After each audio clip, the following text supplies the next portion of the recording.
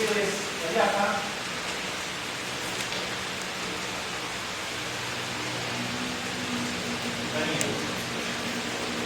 ¿Sí? Hay muchos que le veo cara conocida, ya no conocemos. Esperemos que no sea por mucho más. Los martes vamos a hacer teoría conmigo. Germán estuvo dando las 2 primeras semanas. Y a partir de ahora ya somos nosotros. ¿Sí? ¿Se escucha bien allá? No tengo una gran voz. Si no me pegan el grito, me dicen, ¿se escucha? Hagamos esto. Bueno, más o menos se escucha. Bueno. Ahora cuando empecemos la clase, si no la apagamos. Así que la idea es, los martes, juntarnos, vamos a hacer un mix entre presencial y virtual. ¿Sí? Sobre todo, bueno, vienen épocas de la profesión, donde tenemos que cerrar algunos balances, ir preparando un poco la temporada de ganancias, si bien todavía no vence, pero las personas humanas para junio, ¿no? Pero bueno, entonces la idea es, vamos a ver si la podemos hacer un poco presencial y un poco virtual. ¿Sí? Los sábados ustedes van a tener práctica con Mónica y Laura. Eso sí va a ser presencial todos los sábados, excepto el otro día, que más que nada fue por esta ola de calor, ¿sí? Que tuvimos que en medio de suspender la clase. Mientras no venga ese calor que teníamos, podemos ir llevándola así de esta manera, ¿sí? En los días que vamos a hacerla virtual, yo les voy a comentar qué día. Yo les mandé a ustedes un mail. Puse novedades y un mail que los mandó seguramente a todos ustedes, en donde los convocaba para hoy, ¿sí? Por ahí se enteraron, ¿sí? O sea que funciona esto. Cualquier cosa que nos podamos contactar funciona. Bueno, eso por un lado. Entonces, la idea es, damos la clase y le digo, bueno, la semana que viene, que lo hacemos virtual. La idea es empezar a las 6 de la tarde, ¿sí? Así que le vamos a arrancar no a las 5, sino a las 6. ¿Estamos? Entonces lo vamos a hacer el martes de la semana que viene virtual a las 6 de la tarde. ¿Estamos? El link es el que ustedes utilizaron con Germán, o sea, entren por ahí.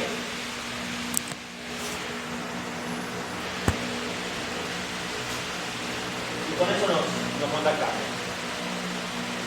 ¿Estamos acá? Yo les mandé también no les mandé, me parece, o lo pegué en noticias, un cronograma tipo agenda de clases. ¿Sí? Acá por lo menos en la plataforma, no recuerdo si se los pegué también. Pero hay una especie de agenda de clases que es lo que vamos a ver los martes y los sábados. Fundamentalmente, la fecha de examen. Fundamentalmente la fecha orientativa de primer parcial. Hablando de eso, el régimen de evaluación es el que veníamos conservando siempre. 2 parciales, teórico-práctico, con un recuperatorio. ¿Sí? La condición es que para llegar al recuperatorio, en tal caso puede ser cruzado, la teoría de la práctica, pero todo recupera uno. ¿Sí? O sea que después mal en la teoría del primero y mal en la teoría del segundo, más allá de que le haya ido bien la práctica, estaría fuera. ¿Sí? Buenas tardes. ¿Estamos de acuerdo? Eso es un poco el régimen en cuanto al régimen de evaluación.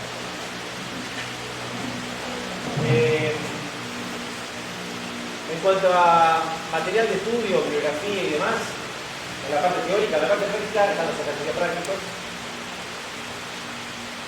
¿Quién la cursa por primera vez? Por primera vez. La mayoría entonces. Bien. ¿Son de acá? ¿De otra sede o...? Bueno, en general, son más las que cursan por primera vez que los reincidentes. Bueno, más que nada como para dar una idea de cómo venimos con el tema de la materia. Quería bastante vertiginosa, bastante dinámica, y sobre todo, a veces lo complejo es los conceptos nuevos que aparecen, que poco tiene que ver con la contabilidad tradicional. En general, impuestos 1, usted tiene impuestos 1 por el plan viejo, ¿no? Impuestos 1 y impuestos 2, el plan viejo tiene tributación 1, 2 y 3 y el taller. Acá que se extiende el nuevo plan, con los alumnos que se están inscribiendo ahora y demás, interactúa con el nuevo plan. Entonces, de pasar de 6 horas semanales, ¿sí? No, son 8 horas semanales, y en teoría técnica impositiva pasa a ser, no sé, de impuestos 1, impuestos 2 para tener tributación 1, 2, 3, claro, hacemos como 24 horas semanales. Así que es como que se abrió mucho más la materia. El nuevo plan le dio mucho más empuje a la materia psicológica. ¿Sí? Van a estar ubicadas seguramente no tanto al final de la carrera, sobre todo tributación 1, sino más bien promediando la carrera. ¿Sí? A mi juicio está mejor ubicada la materia de tributación que el técnica impositiva 1 y 2 porque está final. Entonces prácticamente con los impuestos 2 la auditoría se termina recibiendo. El nuevo plan hace un poco, en realidad lo trata un poco antes, para llegar a la tributación 3 casi al final. Es como que lo van metiendo de a poco en el tema de juego. ¿Por qué les decía yo, los que cursan por primera vez, un poco la dificultad en la que nos encuentran? Es una materia que tiene que ver con básicamente la ley de ganancias, el decreto reglamentario y un montón de otras cosas que hacen a la materia. Fundamentalmente el tema del derecho tributario. Eso no lo tienen en el lado. El derecho tributario lo tienen acá. Entonces, no hay una materia de derecho específicamente con el derecho tributario. Entonces, lo vemos en esta materia. ¿Y qué implica ver un poco eso? No solamente la parte fría de la ley, sino la parte de lo que se llama la tutela judicial, efectiva, ¿no? Que es la aplicación de un montón de doctrina, de jurisprudencia, que hacen a la ley. Donde aparecen los vacíos de la ley, donde aparecen las controversias de la ley, donde aparece una especie de imparcialidad de la ley, ahí aparece lo que es la jurisprudencia. Entonces empiezan a aparecer los requisitos de los fallos y demás, ¿sí? Que tienen obviamente, ¿no? Dependiendo del fallo de donde surja, en general los fallos que nosotros vemos son todos de corte, la Corte Suprema. Es un poco no, es la última instancia de la sentencia en firme de una situación. Con lo cual, una definición de la Corte a través de un fallo tiene tanto peso que la ley. Entonces no se puede desconocer. Por eso que esta materia a veces tiene que ver no solamente con la ley, sino también con la asociación de temas que tienen que ver con fallos de corte. ¿Entienden? Más allá de que hay otros fallos de tribunales superiores. Intentamos no darle cabida, porque ustedes saben que los fallos superiores pueden darse vuelta. Cualquier fallo de cámara no es un fallo firme, no es una sentencia firme. Con lo cual, una sentencia como la Corte lo puede dar vuelta ese fallo. Con lo cual, los de cámara son hasta ahí. ¿Sí, hasta acá? Entonces, la materia lo que tiene es que es una lectura diferente a lo que es la contabilidad. La contabilidad es algo más tradicional, ustedes ya la conocen, ya la usaron, están usando la última, mandan la auditoría o demás. El tema de que impuestos hay que adaptarse a un formato, y eso es lo que cuesta, es un formato diferente a lo que es la contabilidad. ¿Estamos? Volviendo al tema del material de estudio, lo que hicimos con todo el equipo dispositivo, San Miguel, Campana, Luján, Civilcol, la verdad que con todo el equipo, fundamentalmente la pandemia, nos fuimos dividiendo en temas y unos fueron trabajando más en impuesto DOCS, en este caso, y otros más trabajando en impuesto sur. ¿Sí? Y todos fuimos aportando algo, y esto surgió en la pandemia, para que puedan estudiar desde ahí. Al principio, antes de la pandemia, uno no le daba demasiada importancia, vino la pandemia y como que fue obligado más. Entonces, ¿qué quiero decir con esto? Que hay cualquier material, muchísimo material en la plataforma.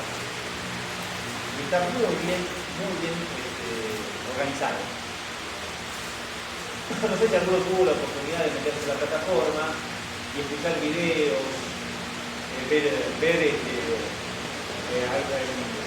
o leer algunas fallos que están pegados ahí, o... ¿Cómo? En la general, Perdón, ¿cómo? ¿En la parte? general, o sea, en el general hay una plataforma. No, está la plataforma. No, la plataforma. No. Dentro de la plataforma, la materia, te dice incluso todas las sedes, claro. Y ahí tenés desarrollado. La parte de Lo que pasa está estructurado, archivos, generalmente en lo que es archivos, ahí está casi todo.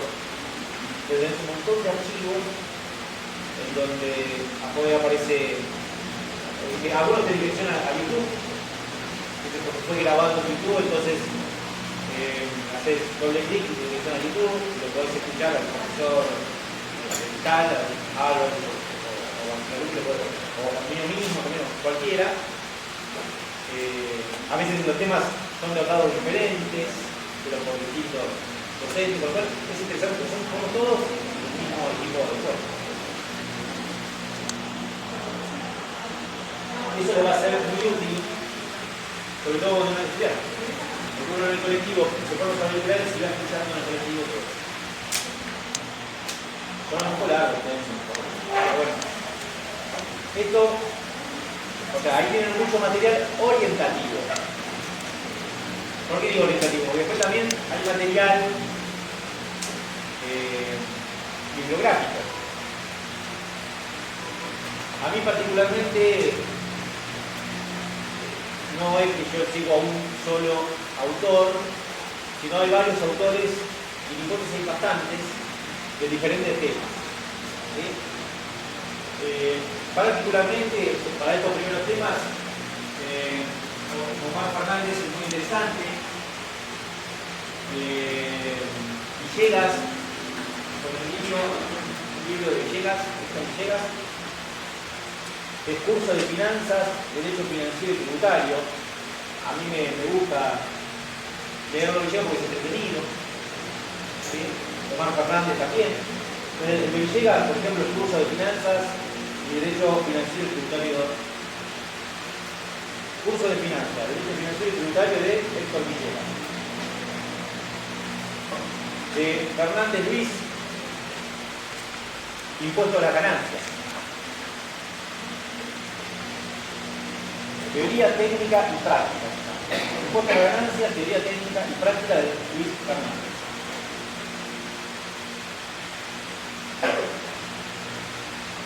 Vamos. De García Vizcaíno. De García Vizcaíno, Tratado de Derecho Tributario. Vizcaíno con Z. García Vizcaíno. Catalina. Tratado de Derecho Tributario.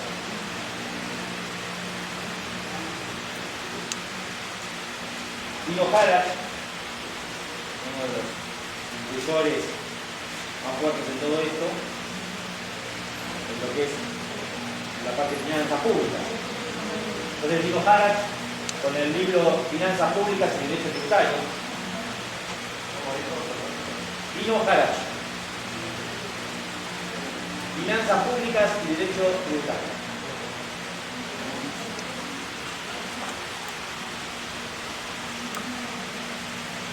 ¿Estamos? Y después, infaltable con Rush, el año con Rush.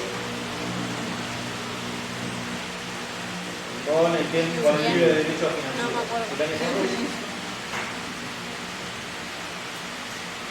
Derecho Financiero. Bueno, ahí tienen bastante como para entretenerse. Algo así. Está un poco el formato bibliográfico, ¿no? ¿Qué más? El otro temita, fundamentalmente, que se da en el tema práctico, siempre digo lo mismo todos los cuatrimestres, no se dejen estar. ¿Sí? Si alguno dice, bueno, le preparo la materia 2 semanas antes, olvídese. La verdad es que porque es medio compleja entenderla 2 semanas antes del parcial. ¿Ves? Que la cursaron, creo que no me dejan mentir. 2 semanas antes creo que no hace nada. Es una materia que lleva tiempo por la maduración de los conceptos, ¿no? Entonces, es conveniente siempre, sobre todo en la práctica, estudiarla. ¿Vamos? Entonces siempre propongo que se junten para estudiar. 3 o 4 se junten para la discusión, para hacer los ejercicios. Y ahí empezaron a surgir los temas teóricos también. Entonces ahí es como que van medio intercambiando entre varios, y eso es lo que se hace también en la profesión, en definitiva. Se van intercambiando opiniones sobre el tema que se está dando en la parte práctica, el que yo, y eso ayuda mucho a resolver el problema. ¿Sí? Y termina siendo después una acusatura también para la parte teórica. ¿Vamos? Entonces, 2 cosas, no se dejen estar, vayan medio empezando a leer sobre todo los temas que bueno, empezamos a ver en las clases y en la práctica no sé si vamos, no sé por qué ejercicio van, segundo, tercero, no sé qué, también hacer los ejercicios. Los ejercicios que se resuelven también en la práctica son orientativos. ¿Qué significa? Que están en la plataforma ya resueltos. Están en la plataforma ya resueltos. Y hasta hay audios, videos de resolución de los ejercicios. Con lo cual, ahí uno si se pone a escucharlo, va a escuchar cómo se resuelve el ejercicio. Entonces por eso digo, fue muy interesante esto que sucedió en la pandemia porque terminamos resolviendo los ejercicios en forma de YouTube, lo subimos, lo colgamos y uno lo que tiene que hacer es escucharlo todas las veces que quiera. Entonces, ¿cuál es la idea de la clase? Y la idea de la clase es, frente a una situación puntual de duda, frente a un concepto nuevo que le agregaron, bueno, esto es lo interesante. Ahí es cuando se tiene que resolver estas cuestiones. Porque resolver un ejercicio que ya está dado en una plataforma, lo puedes escuchar varias veces. Lo interesante es cuando uno va escuchando, va resolviendo y se le ocurre algo que no está en el ejercicio o en la teoría. Entonces la idea es plantearlo. Por eso que digo, los ejercicios no tiene sentido hacerlo, digo, la parte práctica, ¿no? Resolverlo todo el ejercicio. No tiene sentido. Porque está resuelto y ustedes lo pueden ver. Escuchan las voces también de los profesores, o sea, a mí. Con lo cual, que aparte, digamos, todo esto que tiene que ver con más bien con la parte práctica, se tocarán algunos temas puntuales. Pero la idea es que ustedes resuelven todo el ejercicio viéndolo en la plataforma. Un gran trabajo fue después. Teníamos un grupo, pero un muy buen trabajo que les permitió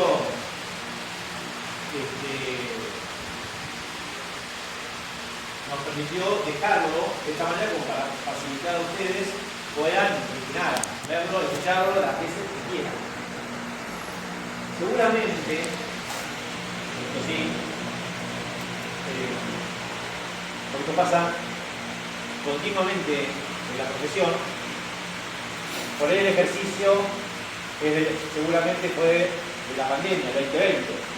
Algunos habrán hecho en el 2021. Ya son viejos. ¿Cómo viejos? El 2021 no pasó ese momento. Cerró el 31 de diciembre del 2021 y la carta jurada fue el año pasado. Está bueno, pero Ese es el tema, que los impuestos se van actualizando valores todo el tiempo y entonces va cambiando un poco la resolución del ejercicio.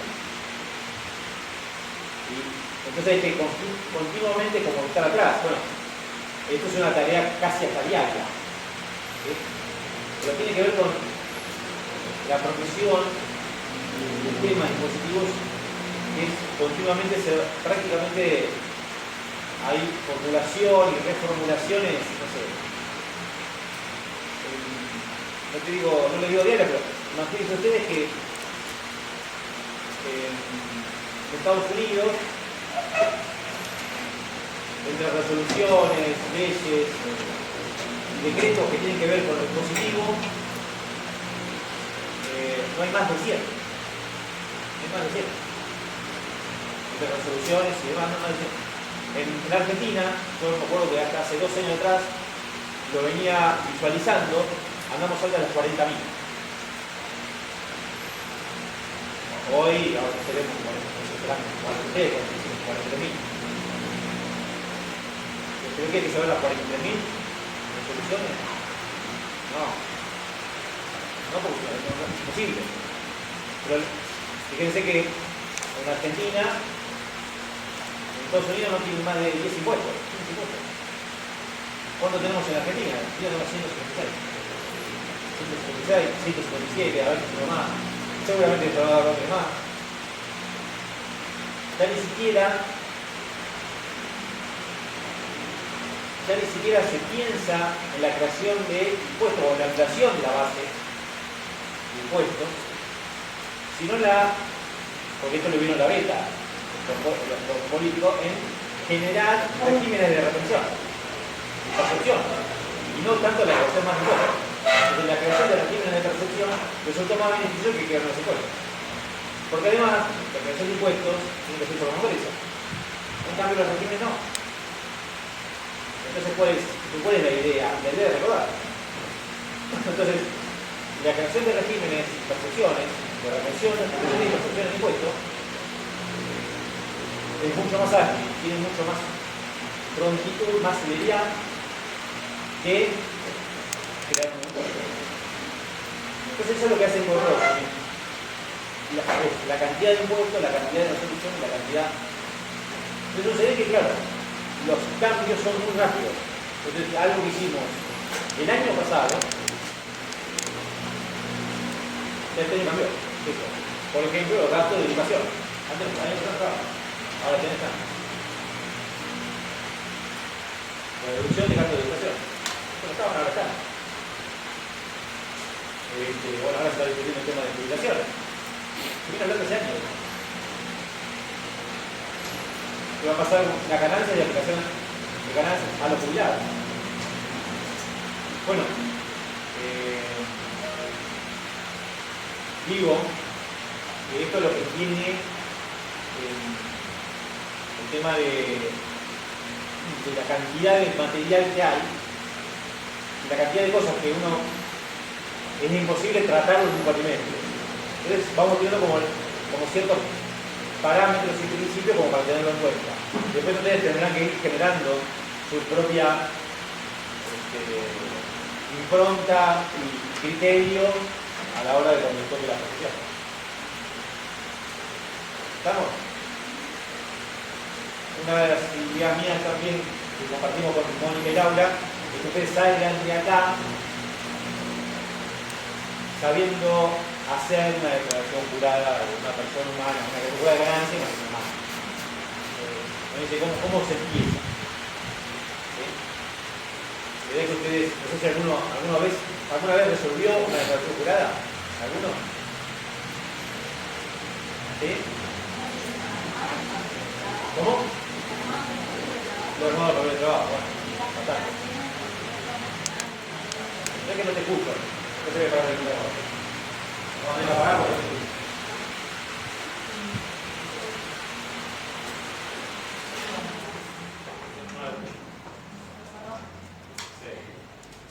¿qué decías? Que participé en el armado de guías de trabajo de la creación de impuestos a ganancias y bueno, sí, piden funcionarios mensualmente. ¿Ves? Ahí ya te una ayuda que tener, por lo menos una idea de lo que se trata, una base imponible, impuesto a pagar, la recepción, cómo juegan, pagos a cuenta. La idea es que salgan acá medianamente una declaración jurada sencilla de la persona humana. ¿Sí? Que salgan sabiendo un poco de eso. ¿Sí? Bueno, ¿qué más?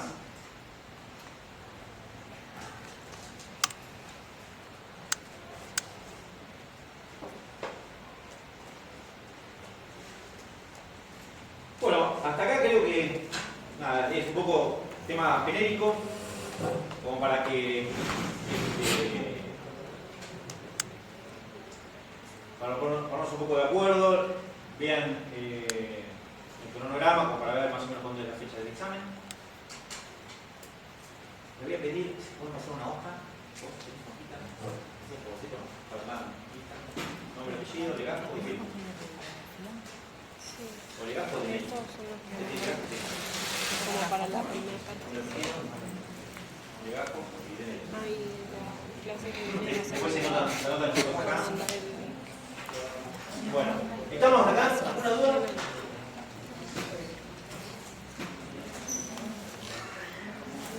puedo subir. No puedo subir.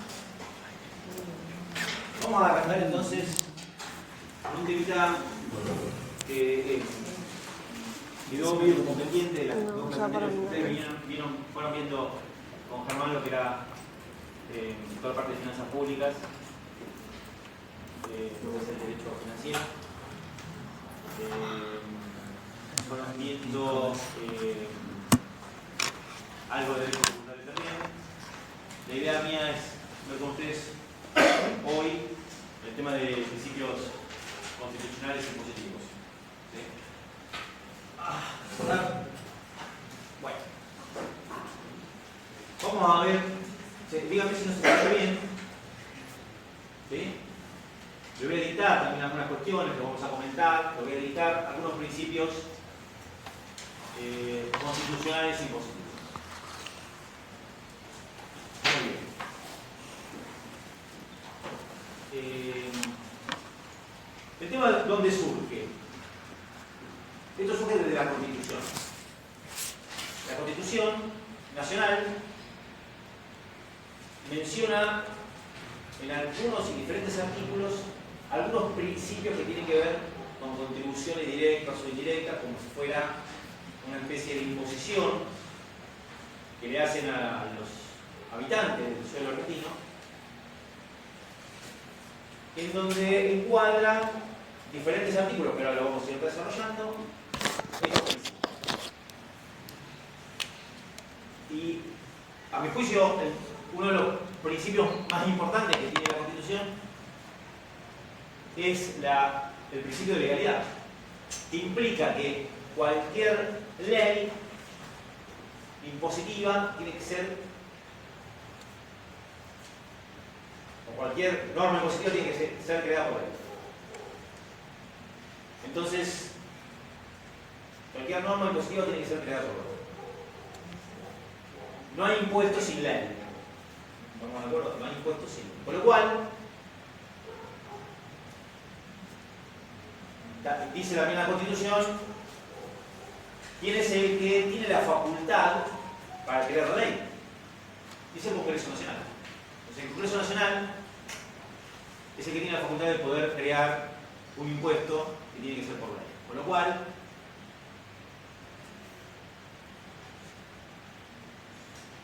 ¿hasta qué punto, no? Me preguntaba yo, el decreto reglamentario tiene fuerza. Ustedes saben que los que ya la acusaron, toda ley tiene un decreto reglamentario junto. Que la función de un decreto reglamentario es a veces ampliar el concepto de la ley o limitarlo. Siempre cuando uno ve la ley, las leyes tienen un decreto que lo reglamentan a la ley. ¿Me siguen, chicos? El decreto reglamentario no es ley, es un decreto.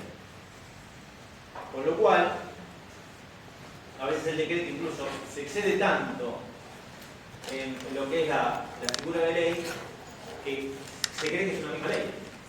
Entonces Entonces, ¿hasta qué punto un decreto reglamentario tiene tanta fuerza como para generar algunas restricciones en la misma ley?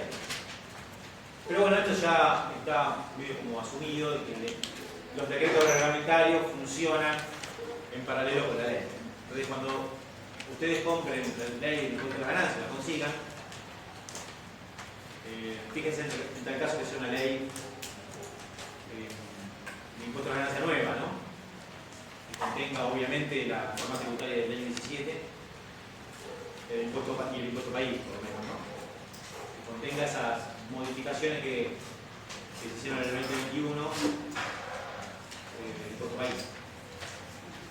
Ustedes saben que el impuesto país es el impuesto de solidaridad y reactivación.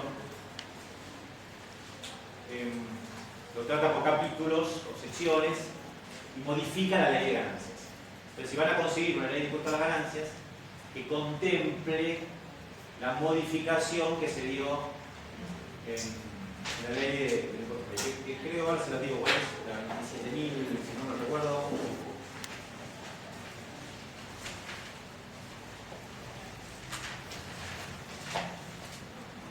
La 27.630, perdón, la 27.541. La 27.541 y la 27, la ley 27.430, que es la de la reforma. Seguro ustedes van a comprar una ley, que la ley tenga la ley que contemple la modificación de la reforma positiva, ¿no? La que es la 27.430. Y si también van a comprarla, fíjense que tenga la modificación de la 27.541. Que ese sería en el 2020. ¿Sí? Esa de la 27.541 es la que yo le decía del impuesto de solidaridad y reactivación. Es donde encuadra ahí el tema de las retenciones, cuando habla del dólar, y entonces, o cuando vos tenés que pagar algo en dólar, te cobran las recepciones, las retenciones de otra ganancia, todo eso. Y no sé si creo que la consigan, también una modificación en el año 21, la 27.630. Bueno, es una ley que también modificó el impuesto a las ganancias. Bueno, esto, de todos modos, supongamos que ustedes eso, la consiguen en la ley, pero no tiene esa modificación, luego tendrán que tener en cuenta esa modificación, porque no la contempla de comprarla. ¿Entienden lo que digo? Pero mínimamente cuando van a conseguir la ley, que no le vendan una ley del año 15, no. Que no le vendan una ley anterior a la reforma, porque no, cámbiala, anda a buscar otra. En general se puede conseguir en el reparo, acá al frente creo que tienen algunas leyes de reparo, de la ley mismo, de la editorial de la ley, de la reparo. Hay que conseguir una ley que contemple. Básicamente la reforma tiene que estar, cualquier ley que lo compren hoy de ganancias, la reforma tiene que estar. Si no está la reforma porque es una ley vieja que tienen, no sirve. ¿Sí? Y si también van a comprar, miren cuando compren que diga modificación, que contempla la modificación de la 27.430 y la 27.541. ¿Sí? Por ahí está otra, la 27.630, que es la que modifica las deducciones de los honorarios o administradores o consejos de vigilancia en cuanto a la incorporación de la ley de igualdad. No sé si me siguieron. Claro, vieron que en lo civil todo es más rápido. Entonces, ponen surgió esta ley de igualdad y el dispositivo, claro, sale después, se tiene que modificar. O sea, ¿qué es lo que decía? La deducción, básicamente la deducción de honorarios, ¿no? De directores y los miembros del consejo de vigilancia. Decía que uno puede deducir hasta un importe, el impuesto a las ganancias, en concepto de honorarios, de directores, de miembros del consejo de vigilancia, bla, bla, bla. Todo eso estaba bien. En el medio sale en lo civil la ley igualitaria, qué sé yo, bueno, el impuesto a las ganancias ayuda un poco esto. Entonces, quien ahora el director, los honorarios de directores, sea una mujer, un hombre, un transgénero, las deducciones son diferentes. Antes era todo más igualitario, ahora si vos tomas como director a un transexual o a una mujer, o no solamente hombres, entonces la deducción es diferente. Se te permite deducir más en impuesto a las ganancias. Esa es la modificación de esta ley que estoy diciendo, la 27.630, del año 21. ¿Sí? Entonces, claro, es como que de alguna manera va incorporando algunas modificaciones como para que no quedarse atrás de lo civil. ¿Entienden? Así que, si van a buscar la ley, fíjense que a lo mejor tenga esta modificación que es pequeña, en cuanto al escrito es pequeña, ¿no? Esta es una cuestión que yo les decía. Supónganse ustedes que en un ejercicio práctico dice se deducen honorarios de directores tanto. ¿Es correcto? Y depende. ¿El honorario quién es el director? ¿Es un hombre, una mujer? ¿Es un transgénero? ¿Transexual? ¿Quién es? ¿Cómo se sabe si es tal cosa o la otra? Entonces, tiene que ver un poco con la deducción del impuesto a la ganancia. Ven cómo van sucediendo situaciones que van empujando a las modificaciones de ganancias. Entre ellos la ley igualitaria. ¿Estamos hasta acá? Bueno, así que si consigan esa ley, que tengan la ley de ganancias, que tengan estas leyes que modifican, que seguramente están incluidas dentro de la ley de ganancias. ¿Sí? ¿Me siguieron? Sí. Bueno, sigamos con el tema de esta formulación de principios. Y decíamos que hay dentro de la Constitución Nacional principios impositivos explícitos. O sea, que lo manifiesta concretamente. Y uno de los principios es el principio de legalidad. El principio de legalidad y el principio de igualdad. Entonces son principios constitucionales y positivos que están, ahora vamos a desarrollar un poco, que están descritos y explícitamente mencionados en la Constitución Nacional. Ahora vamos a ver dónde lo dice y demás, ¿no? Y después hay un otro que en realidad no lo dice explícitamente, sino lo dice más bien implícitamente, o sea, lo da por entender, que en realidad se los conoce más como principios constitucionalizados. O sea, se adoptan como digamos, esto de constitucionalizados, porque implícitamente está dentro de la Constitución Nacional. Como por ejemplo la no confiscatoriedad, como por ejemplo la capacidad contributiva, como por ejemplo la razonabilidad. Entonces tenemos principios constitucionales explícitos, la legalidad y la igualdad, y principios no explícitos como la no confiscatoriedad, la capacidad contributiva y la razonabilidad. Y después tenemos otros principios que también debemos considerar, otros principios, como el principio de la tutela judicial efectiva, que también ahora vamos a desarrollar, que es un poco lo que yo me refería con la jurisprudencia. O sea, no podemos limitarnos a solamente a leer la ley y su decreto reglamentario si no también nos hacemos de lo que es la tutela judicial como principio regulador de la ley. Y esto es parte de la doctrina, o sea, la jurisprudencia, que en general surge con los fallos de corte. ¿Se entiende? Ustedes saben lo que es. Cuando yo hablo de corte suprema, ¿no? Bueno, ustedes a esta altura saben que un fallo de Corte Suprema es la instancia mayor. A no ser que se trate de algunos temas que pueden ir a la Corte Internacional la Corte Internacional, que trata algunos temas específicos, básicamente la libertad y la protección del ser humano. Pero En lo que es impositivo termina en Corte Suprema. Hasta ahí, más allá de eso, no podemos seguir. Entonces, un fallo de Corte Suprema tiene tanto o más peso que la ley. ¿Se entiende? Y si no, pregúntele a la reta. Hay un fallo en donde el Estado Nacional le tiene que devolver la guita que le sacó en su momento con el traspaso de la policía, y el Estado Nacional lo que hace es medio no reconocerlo, o se lo quiere reconocer en bonos. Entonces, claro, bueno, hay todo un tema también de que no respetar un fallo de corte, es un tema. ¿Sí?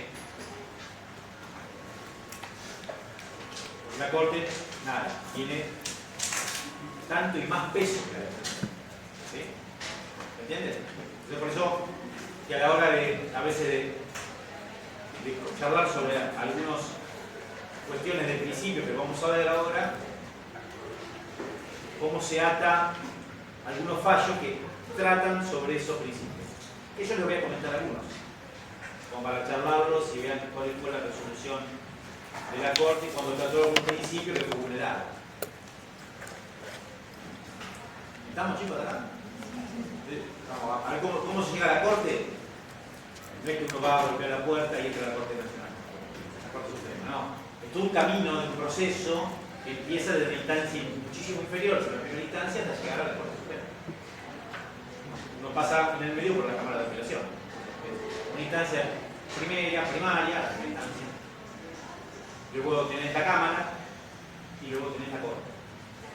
Incluso, antes de la primera instancia, vos tenés en lo que es la relación con el fisco, una instancia como medio administrativa, que es el tribunal fiscal.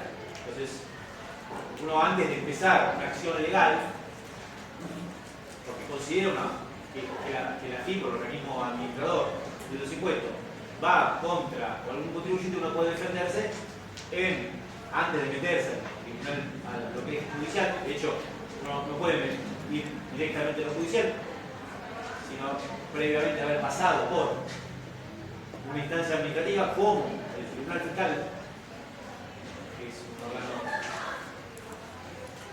no es un órgano que pertenece, obviamente no pertenece a la administración pública, sino es un órgano como un mediador, no es mediador, es un órgano administrativo que contempla situaciones y resuelve en función de eso. Pero puede terminar ahí o puede seguir ya por la instancia judicial. Entonces ahí siempre empieza la primera instancia en la Cámara y después puede terminar en la Corte. Y termina siendo una sentencia en firme, vamos a sentencia en firme cuando ya llega a la Corte. Mientras tanto, mientras no haya sentencia en firme, esto es de cumplimiento transitorio. ¿Se entiende? Solo lo que vamos a ver muchos fallos de cámara, de corte, como para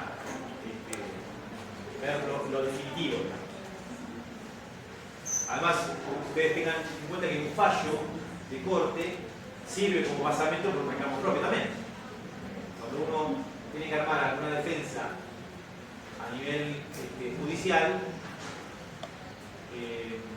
o incluso también una defensa a nivel administrativo, puede recurrir a algún fallo, como para decir, bueno, mira, un fallo de corte de la parte tuya determinó esta situación, como para que también se tome en cuenta ese antecedente. ¿Sí? Bueno. Vamos a ir entonces con uno de los principios constitucionales explícitos, que es el de la legalidad.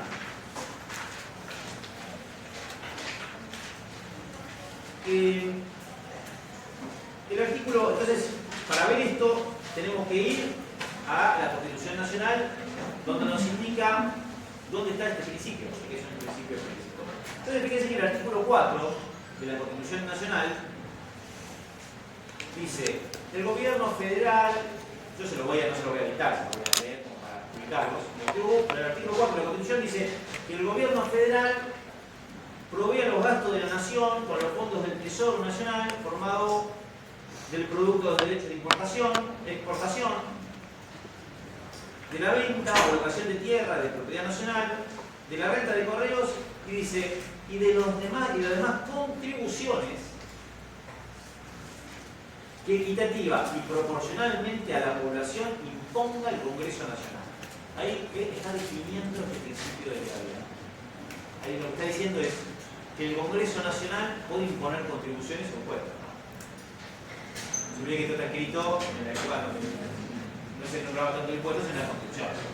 Entonces, ya en el artículo 4 de la Constitución Nacional nos está hablando sobre un principio de legalidad. El Congreso puede imponer una contribución.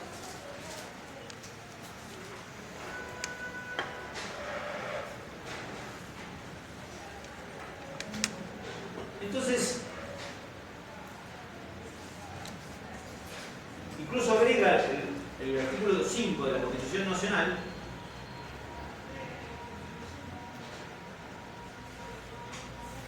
y dice que cada provincia dictará para sí, dice una constitución, bajo el sistema representativo republicano, de acuerdo con los principios, declaraciones y garantías de la Constitución Nacional, y que asegure su administración de justicia, su régimen municipal y la educación primaria.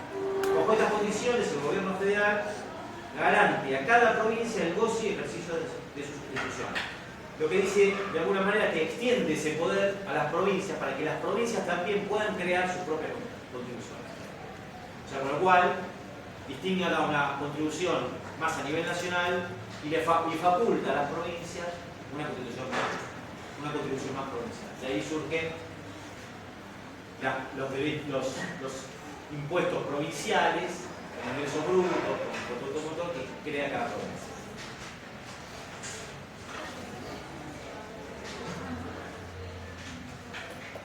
Fíjese que el artículo 17 de la Constitución Nacional dice que solo el Congreso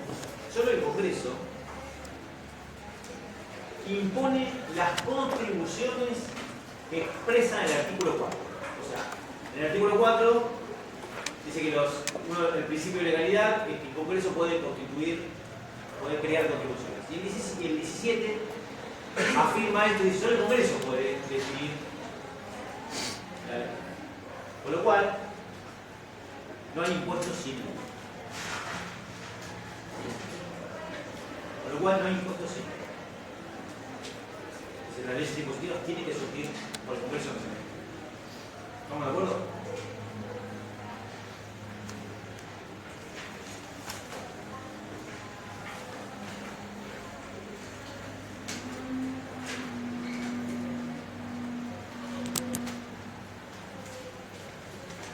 El principio de legalidad, o se deduce del principio de legalidad, un poco en la doctrina positiva se lo conoce como un principio de reserva de ley. Entonces tiene postulados el principio de legalidad como los postulados de la reserva. Entonces se lo conoce como una reserva absoluta y una reserva relativa. ¿Y por qué hace esta distinción? Una reserva absoluta dice que la ley es la que impone, el Congreso a través de su ley es la que impone la relación o la existencia de una obligación tributaria que deben ser definidos por ley. ¿Y qué conceptos son definidos por la ley impositiva? Aspectos objetivos. Entonces, toda ley tiene que tener su aspecto objetivo. ¿Qué grado? Un aspecto subjetivo. ¿Quién o quiénes tributan? Un aspecto temporal. ¿Cuánto? O sea, el tiempo. ¿Qué momento? Un aspecto espacial, o sea, el territorio, ¿dónde? Y la definición de la base imponible y las alícuotas, o sea, ¿cuánto? La definición de la base imponible y su alícuota. ¿Cuánto se debe pagar de ese impuesto?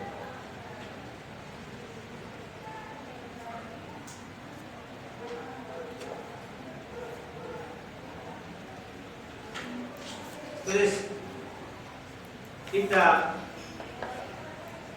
este principio de legalidad formulado a través de la Constitución Nacional de una especie de principio de legalidad absoluto, conocido como la reserva de ley absoluta,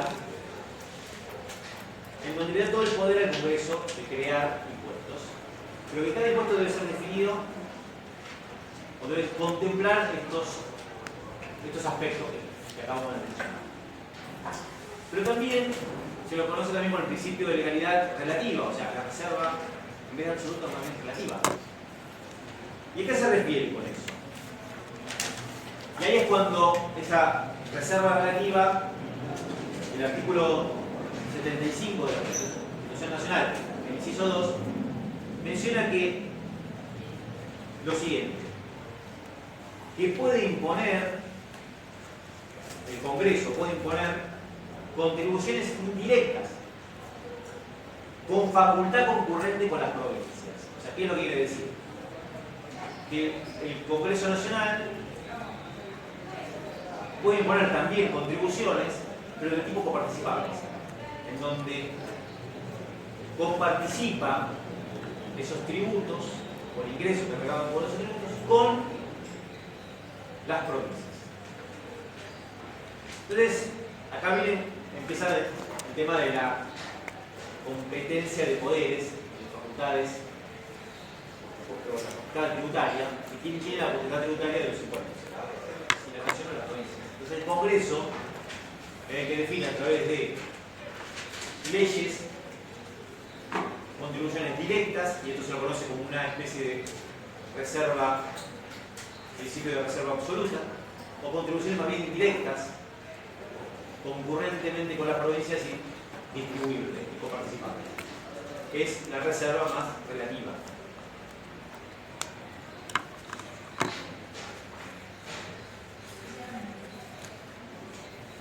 Bueno, dice también en la Constitución Nacional que la distribución entre la nación, las provincias y la ciudad de Buenos Aires se efectuará en relación directa a las competencias, servicios y funciones y cada uno de ellos contemplando criterios objetivos de reparto. No define específicamente qué, pero menciona como que en función de los servicios y de una base de coparticipación, cómo se distribuye el impuesto.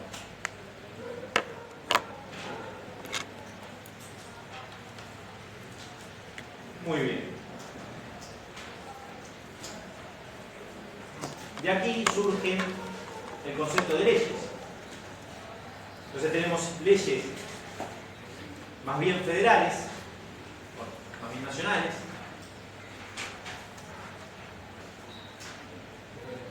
y tenemos leyes más bien locales,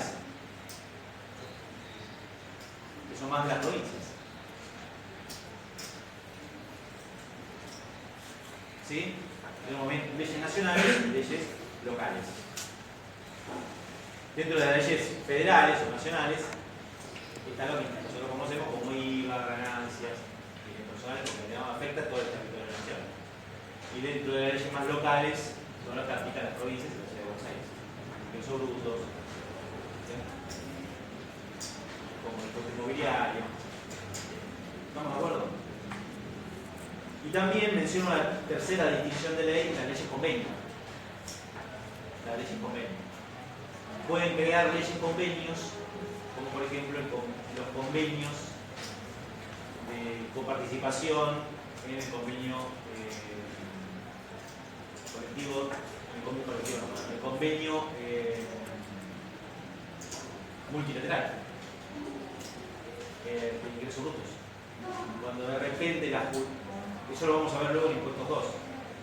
Cuando la actividad generada por una empresa no pasa por una sola jurisdicción, sino por varias jurisdicciones. Cuando de repente tiene gastos en una jurisdicción y ingresos en otra. Cuando yo llamo jurisdicción, pero es una provincia, ¿no? Entonces, ¿cómo se distribuye la base imponible en función de eso?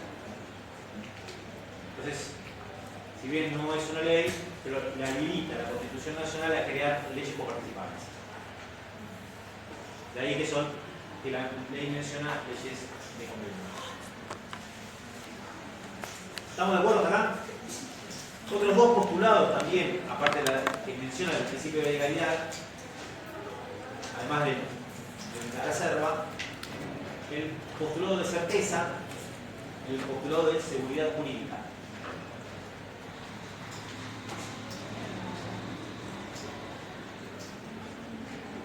El postulado de certeza. Digo postulado porque como si fuera una derivación del principio de legalidad. Si bien este postulado de certeza no lo dice explícitamente la Constitución, pero ¿qué se entiende por la certeza? Dice, es una especie de límite a la legalidad en el sentido de que la ley debe ser clara, completa y precisa. Entonces es una especie de límite a la legalidad en el sentido de que la ley debe ser clara, completa y precisa. El contribuyente debe conocer anticipadamente la norma tributaria.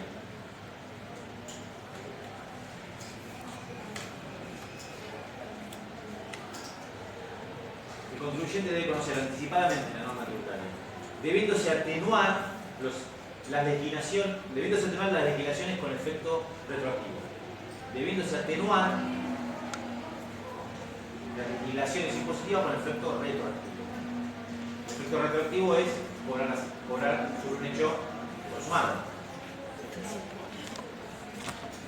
Y ahora vamos a ver también este principio de retroactividad o retroactividad. Entonces, un poco el postulado de certeza. El postulado de seguridad jurídica hacia el mantenimiento en el tiempo, de la legalidad. Entonces,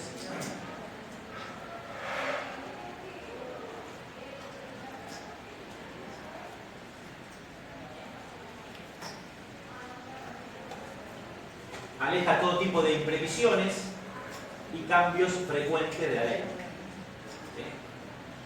Imagínense que estamos hablando de seguridad jurídica. ¿Cuál es la propuesta de este postulado? Es intentar de hacer cambios en la ley, hablamos de leyes impositivas, que impliquen o efectos retroactivos, que perjudiquen al contribuyente. Entonces, el tratado la condición de legalidad es intentar de que en una norma sea lo más certera posible y con una seguridad tal que no implique luego modificaciones. Bueno, esto no estaría pasando en Argentina, pero bueno, es la que diga, digamos. No estaría mucho pasando porque claro, acá hay constantemente modificaciones que si uno ve la ley, cualquier cuestiones positivas, tiene un montón modificado por la ley tal, modificado por la ley tal, modificado por la ley tal. Entonces nunca termina sabiendo cuál es el artículo vigente. No sé si eso. Ustedes vayan a internet y busquen tal artículo de tal ley. Y muchas veces aparece modificado por tal artículo, la ley tal, modificado por. Entonces, ¿cuál es el último? ¿Sí? Bueno, la idea es evitar eso. Por eso el concepto de seguridad jurídica es que darle una seguridad implica evitar experimentaciones. La idea cuál es? Evitar experimentaciones, o sea, evitar estas improvisaciones que surgen al momento de la redacción de una ley. Imagínense ustedes que la redacción de artículos de leyes tiene que ser suficientemente precisa para no generar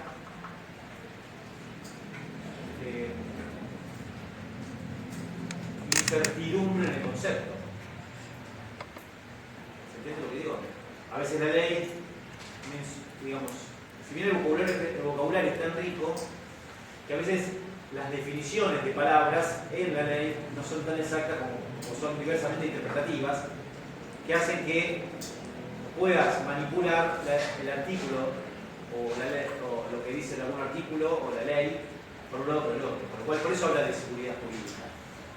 Evitar lo posible esas especies de experimento o esas improvisaciones o esas ambigüedades que hace que el que tiene que aplicar o leerlo sugiera que es diferente a la situación que uno está planteando, ¿no?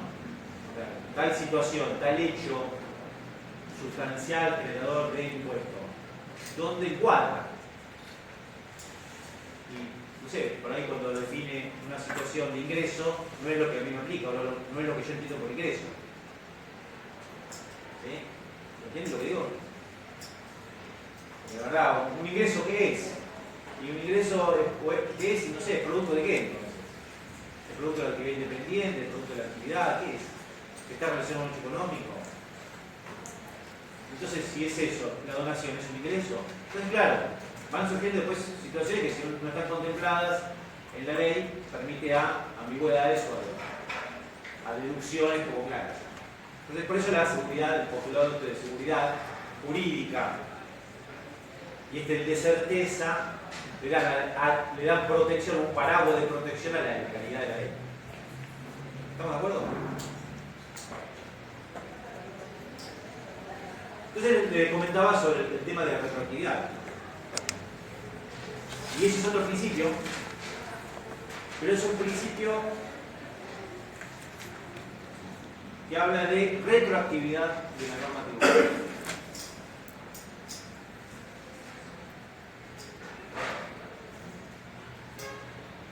Dice García Vizcaíno, entonces, retroactividad tributaria. Dice García Vizcaíno, cuando la ley es aplicable a situaciones o relaciones jurídicas actuales, cuando la ley, otra vez, cuando la ley es aplicable a situaciones o a relaciones jurídicas actuales, y acá viene la definición, no concluidas. Cuando la ley es aplicable a situaciones o relaciones jurídicas actuales no concluidas, al momento de su entrada en vigor, como es el caso de los hechos imponibles del ejercicio. Define con esto al concepto de retroactividad. Entonces, la ley puede tener un concepto de retroactividad propia que, agotado un hecho pasado, habla de una situación ya concluida, transforma ese principio de legalidad en inconstitucional, porque no se puede ir sobre un hecho retroactivo propio. Entonces, acá empieza a hablar de una retroactividad propia. Un principio de retroactividad propia. ¿Qué significa? Que sobre una situación ya terminada, si la ley va sobre esa situación ya concluida, estamos hablando de una situación ya terminada y definida y no vigente. ¿Me siguen? Entonces, una situación jurídica concluida en donde la situación está definida y terminada, implica de esa manera que la ley es o vulnera el principio de legalidad de la ley, transformando en irretroactividad ese principio. Deja de ser retroactivo para transformarse en algo retroactivo, por lo cual el sentido de la retroactividad es cuando en realidad la situación aún no fue concluida. Pero uno puede aplicar en forma retroactiva algo cuando la situación aún no fue terminada. Por ejemplo, si se pagó y se hace retroactividad y como ya está pago eso, no se puede modificar, digamos, Sí, supongamos... un impuesto. Sí, no sé si se pagó. Pero supongamos una situación de un hecho imponible, ¿sí? Que un hecho imponible que es una situación, vamos a suponer, de una operación comercial, vamos a suponer que es eso, en realidad no es eso, pero vamos a suponer que dada una situación de hecho imponible, de un hecho generador sustancial económico, se genera a partir de eso un hecho imponible.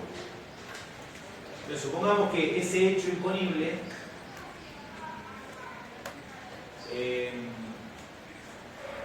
vos presentaste y determinaste que ese hecho imponible no está grabado, porque así decía la ley, según la interpretación. Justamente, dada esto de la ambigüedad en el concepto, determinaste que no estaba grabado y una ley siguiente surge que eso que vos decías que no estaba grabado pasa a ser grabado. Con lo cual es una situación ya concluida.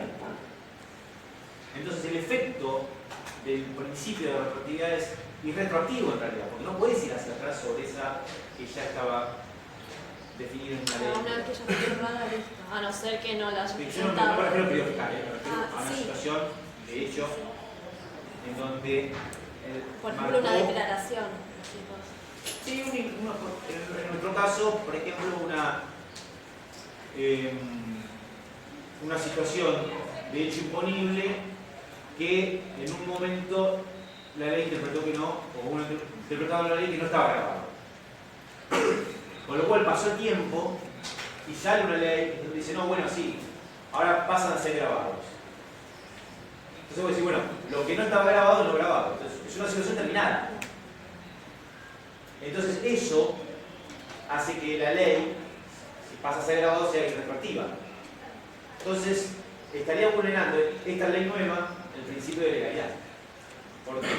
Porque mencionaba que eso ya era un hecho terminado.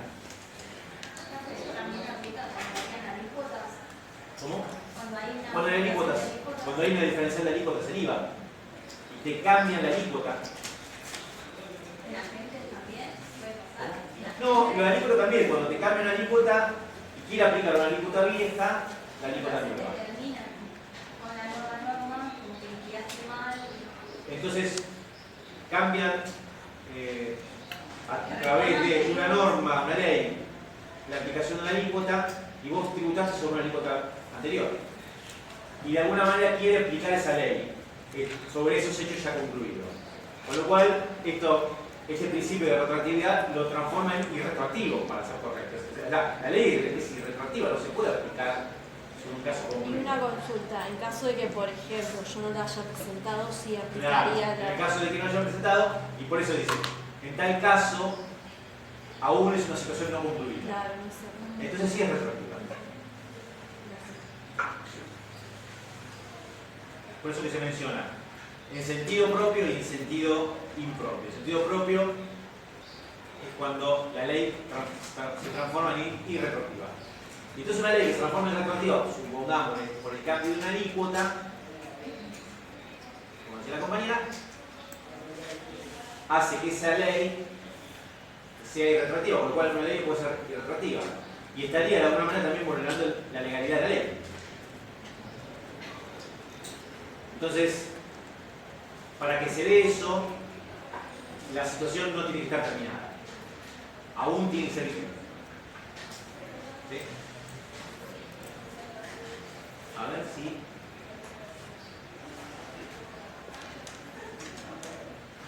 Disculpe, profesor. Un ejemplo sería, por ejemplo, cuando haces la enajenación de los inmuebles para esos que se adquirieron antes del 1/1 del 2018. La creación del impuesto líquido. Claro. Claro, por ejemplo, lo que es la gravabilidad sobre los inmuebles, que en su momento era la aplicación de ITI, que a partir de los bienes comprados a partir de esa fecha, ya vos tenés que determinar el impuesto a las ganancias sobre los inmuebles por bienes comprados a partir de esa fecha. Y vendidos, ¿no? Y sí, porque sobre eso, sobre lo anterior, vos no podrías aplicar el impuesto a las ganancias. Lo que dice ella es, la venta de inmuebles pasa a ser impuesto a las ganancias con la modificación. La venta de un inmueble. Siempre y cuando el inmueble haya sido comprado después del año 1 de 1 del 18. Entonces, si no es así, si se compró antes, si se vendió ahora, corre por la vía del impuesto de transmisión, líquido. Entonces, en ese caso, si quisiera grabar ganancias sobre un inmueble vendido hoy, pero cuya compra fue adquirida antes de esa fecha, del 18, sería justamente un principio ya concluido. Entonces no podría ser retroactivo. Fíjense, ustedes un fallo, lo voy a dejar cortito, el fallo de la Corte Suprema de Administración de Fondos, una administración de fondos contra la provincia de Salta. Y se trataba del impuesto de ingresos brutos de la provincia de Salta. Dice, la problemática del impuesto a los ingresos brutos que pretendía cobrar a las administradoras de fondos en forma retroactiva. O sea, la provincia de Salta quería cobrar de forma retroactiva, que es una administración de fondos, el impuesto a los ingresos brutos. ¿Y qué es lo que dice el fallo? Considerando el número 12, dice: del examen de la ley provincial se desprende que el criterio de la provincia, expresado en la determinación de oficio, no puede tener cabida sin lesión al principio de legalidad, que exige que una ley formal tipifique el hecho imponible y constituya la posterior causa de la obligación tributaria. La primera consecuencia resultante de la aplicación de este principio es que si no hay tributo sin ley, esta ley debe ser previa o anterior al hecho imponible. Por ende, la determinación resulta improcedente por carácter de fuente normativa expresa.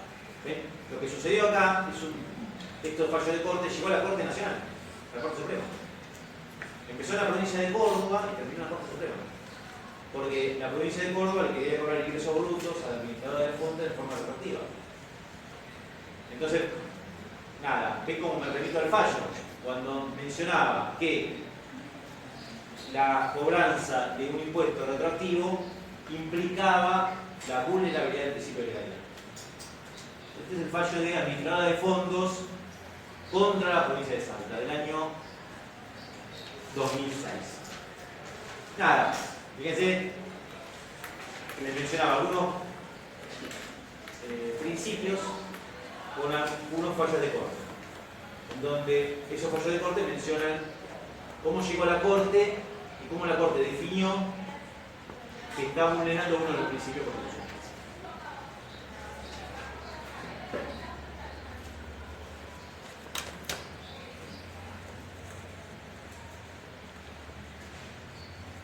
Bueno, vamos al principio de igualdad. Otro principio que está explícito en la Constitución. El principio de igualdad. El artículo 16 de la Constitución Nacional, ven cómo se origina, digamos, los principios constitucionales se originan en la Constitución, obviamente. ¿Y qué dicen a partir de eso cada uno de los principios? Entonces los mencionamos siempre y los referimos a la Constitución. Y después vemos algunos fallos que tienen que ver con algunos otros principios. Entonces, el artículo 16 dice: la nación argentina no admite prerrogativas de sangre ni de nacimiento. No hay en ellos fueros personales ni títulos de nobleza. Vamos a ver, no dice nada. Todos sus habitantes son iguales ante la ley y admisibles en los empleos sin otra condición que la idoneidad. La igualdad, dice, es la base del impuesto y de la carga pública. Entonces, es un claro principio constitucional definido en este artículo. Habla de la igualdad. La igualdad como base impositiva.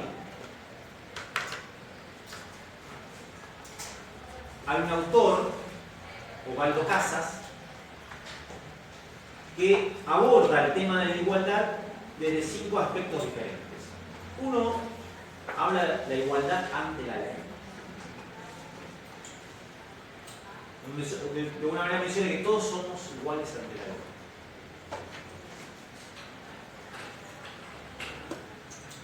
¿Sí? Es un concepto más, tal vez lo van a leer como un principio de generalidad, donde todos somos iguales ante la ley.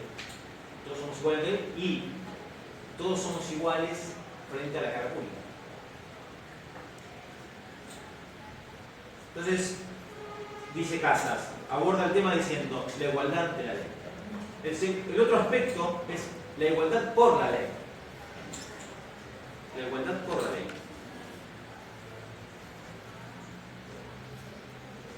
¿Qué es lo que busca acá?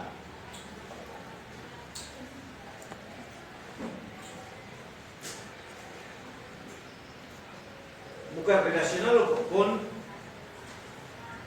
con la equidad de la ley. Entonces, la equidad no es lo mismo que la igualdad. ¿Cómo hace de la carga pública algo equitativo para todos? Es lo mismo que pague el que más tiene o el que menos tiene, no. Entonces ahí empieza a aparecer el concepto de capacidad contributiva.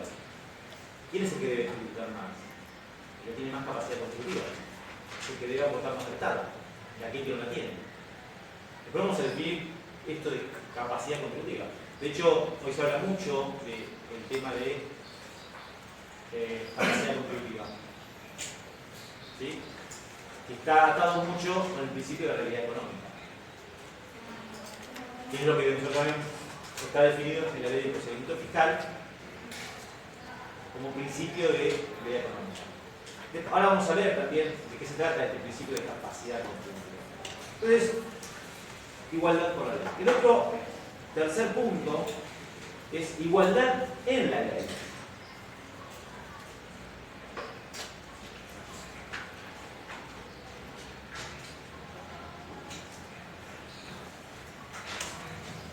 Y esto es justamente cuando menciona el principio de capacidad contributiva.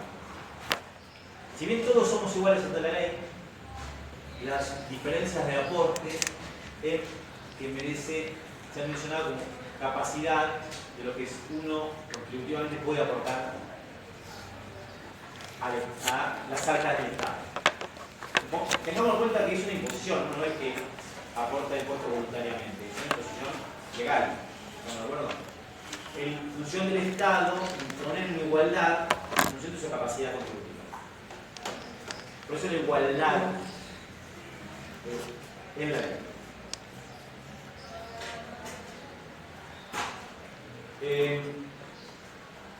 Respecto a esto, al principio de igualdad,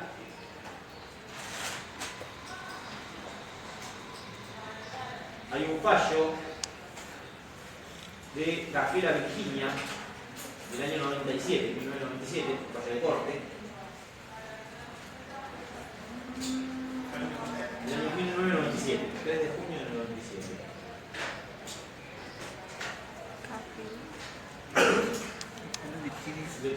Ahora hacemos un requerito, tenemos un segundito y después hacemos un requerito.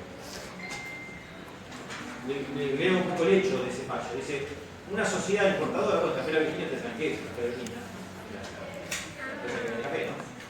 Dice, bueno, una sociedad importadora y exportadora solicitó la repetición de lo pagado por derecho de importación. La repetición es que me devuelvan lo que pagué.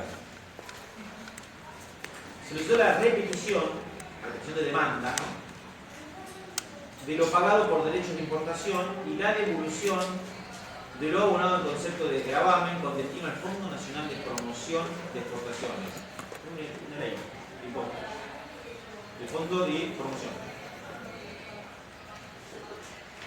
Por la introducción de café crudo en grano originario de Brasil.